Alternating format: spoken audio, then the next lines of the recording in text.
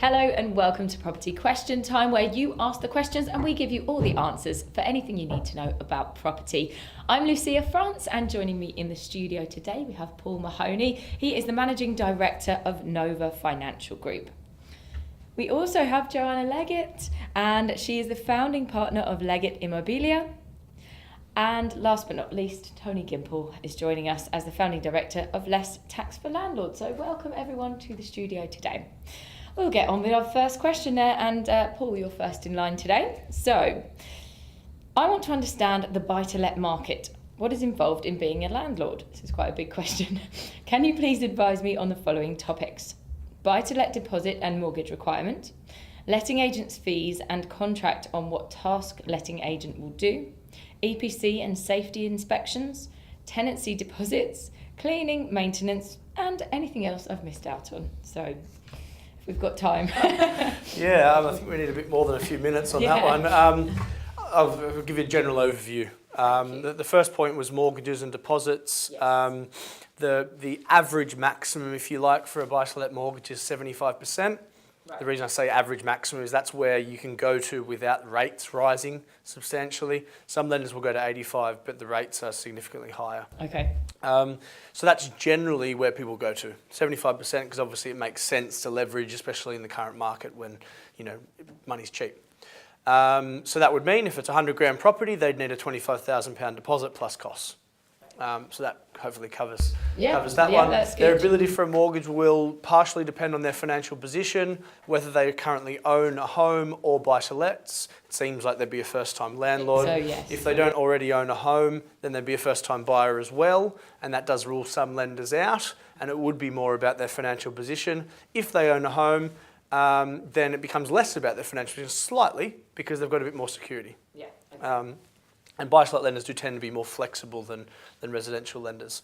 What was the second point? We had letting agent fees. Okay, letting agent fees differ depending on the location, mostly. Yeah. Some of them in London are exorbitant, up to 20%, which I just think is ridiculous, but people pay it. But generally, you'll find outside of London, you're looking at 8 to 10%. They said so far as what the letting agent will do, there's lettings and management, or just lettings, or just management. Lettings meaning they find the tenant and sign them up. Management means they manage the property and look after maintenance and things like that as well. Right. So hopefully that covers that one off. It would depend on where they're looking to buy, so far as what a cost-effective agent is. Some charge a lot more, but in some cases do a better job than the ones that charge much less. And would you recommend getting a letting agent who does the management and everything as well? Depends on their situation, and whether it's required. Generally, we recommend it as a good option to have full lettings and management in place if they don't want to be going to the property all the time. Yeah. So that's, it depends on how involved they want to be. Okay, and then we had EPC / safety inspections. Yep, so that EPC meaning the energy ratings and safety inspections. So EPC would need to be done on a yearly basis. Generally, you can get guidance on that from the local council on what's needed and who can do that for you. It's generally fairly cheap to do it. Okay. But they're really getting down into the nitty-gritty of actually owning the property. I'd say probably before starting to think about things like EPCs and safety checks is, where are they going to buy? How much money do they have? What's their goal? What's their strategy? Focus more on the goals rather than the product, right. I would say. Yeah. Really focus more on what they're looking to achieve from buy-to-let. What's their investment or financial goal, rather than how much is a safety check going to cost me. Exactly. Well, we've got cleaning and maintenance here. I think that sort of that comes falls under in the that same bracket. basket, I think. Anything else they've missed out on is their final question. Is there any other pieces of advice? Look, I'd say just that the main thing I would say is that they've missed out on is the strategy side of things. Sure. Investing in property should be a business. It should be about achieving financial goals, not just wanting to own a buy-to-let so you can talk about it at dinner parties. Right.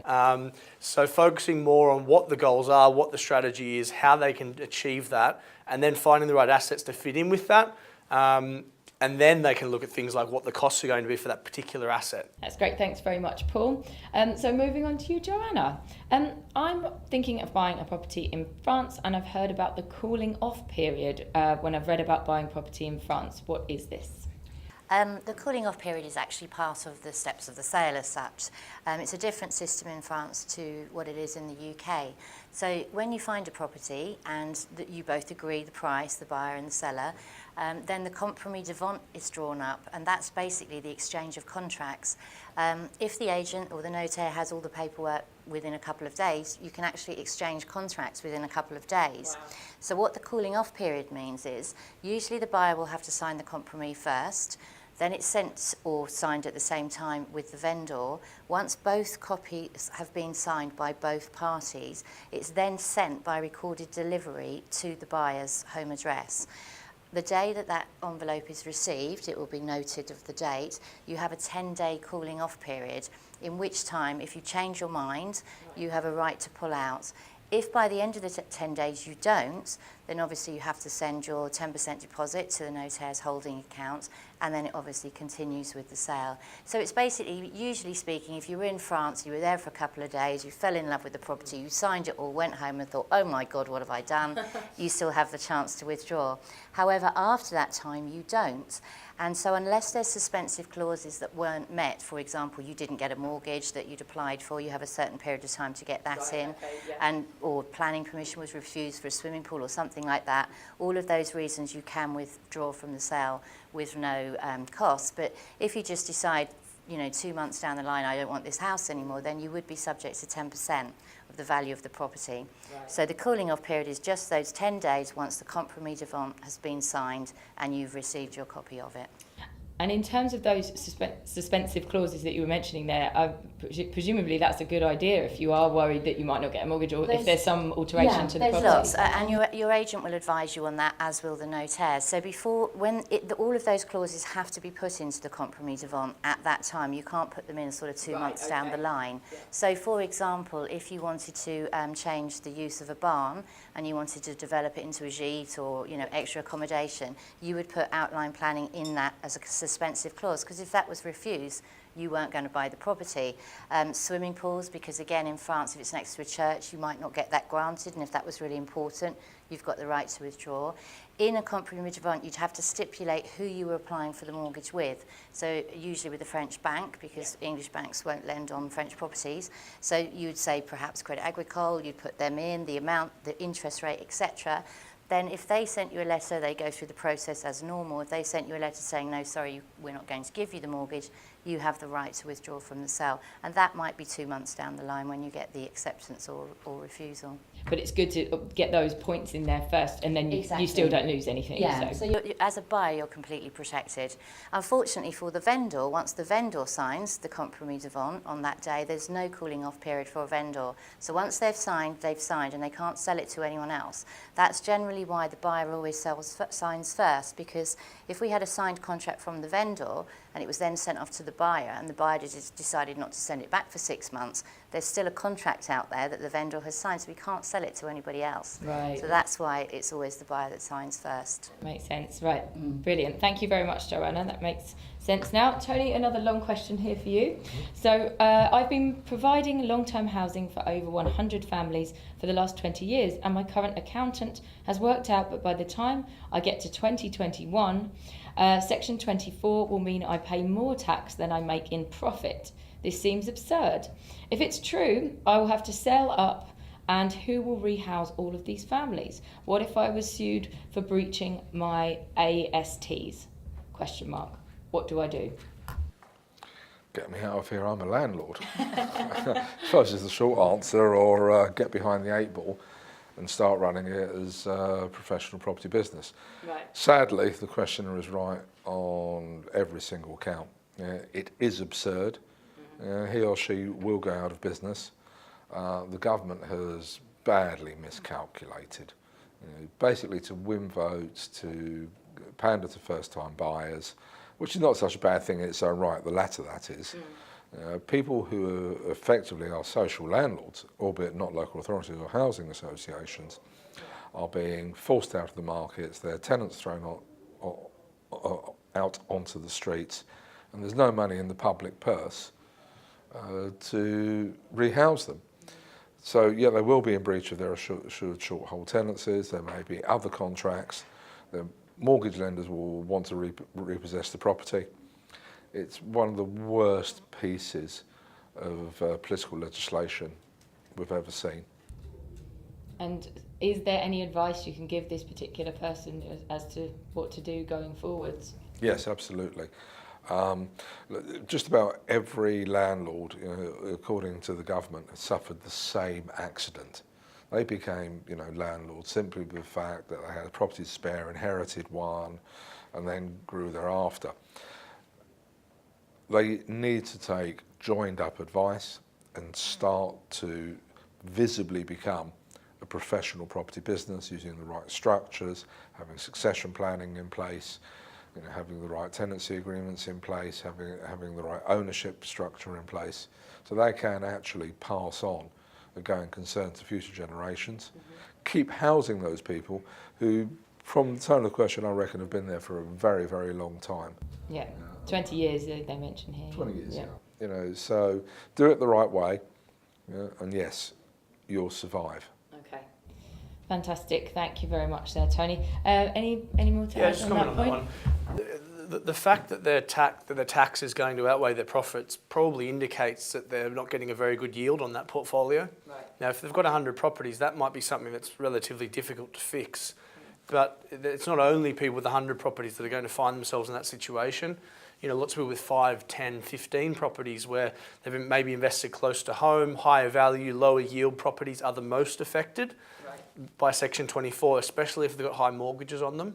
So a lot of people that have bought in the past solely for growth with properties that are kind of just breaking even, but they've been comfortable with that because they've been growing in value. That is much harder to justify now with the changes that are coming into place. So one way of fixing that is to either, not necessarily liquidate, but rebalance the portfolio with some lower value, higher yielding properties, which are much less affected by all the changes because there's a much bigger buffer there of profit. So, as I say, generally you'll find the people that are moving into loss territory by Section 24, it's because they're not making an awful lot of profit at the moment anyway. So would you maybe recommend to this person maybe sell up some or all of Potentially sell up some, look at ways of maybe getting a better yield from their current portfolio. If they have some equity, they could remortgage and buy some others that have higher yields. When you can borrow at 2% and achieve yields of 7 or 8, it makes sense to borrow. Yeah, so seek advice on that and see how they can change what they're currently doing to remain in a profitable position. Great. Okay, guys, I'm afraid I'm going to have to stop you there. That's all we have time for this half, but we'll be back very shortly after this break.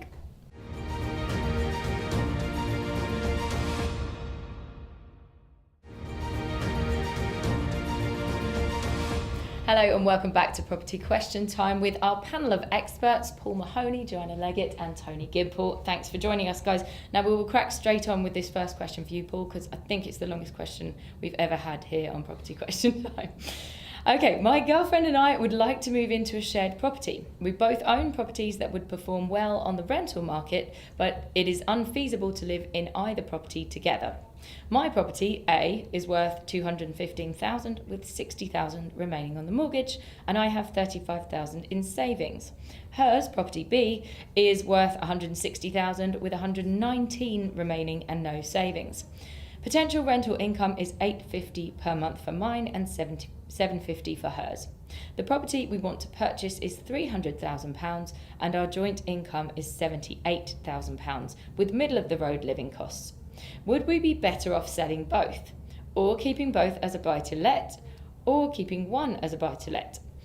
The prospective, bear with me, the prospective method we had in mind was to release equity in property A, e.g. $40,000 for mortgage of $100,000, and to sell B and combine my savings, equity release from A and $40,000 from the sale of B for the deposit on the mortgage of our prospective purchase.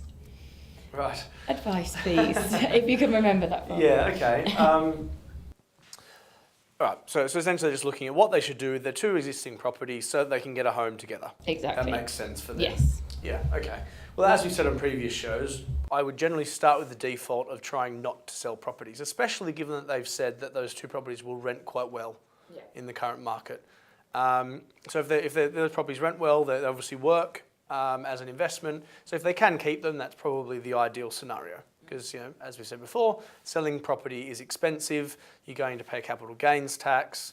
And then by putting that equity into your home, it might mean that your mortgage repayments will be slightly less, but it's not really doing anything for you. Right, okay. So keeping them, I would say, if possible, would be ideal. Of course, they could remortgage them to release the equity, which is the option that they mentioned. Yes. But I suppose that would depend on whether that's going to release enough to allow them to buy. They said a £300,000 property, they've got £35,000 in savings, and they could probably release £40,000 from property A. Yes. So that brings them to a £75,000 deposit, which I would generally say would be enough Yeah. to buy a £300,000 property. The only reason they would therefore sell property B is if they wanted a lower mortgage, or if they couldn't afford the higher mortgage, I would say.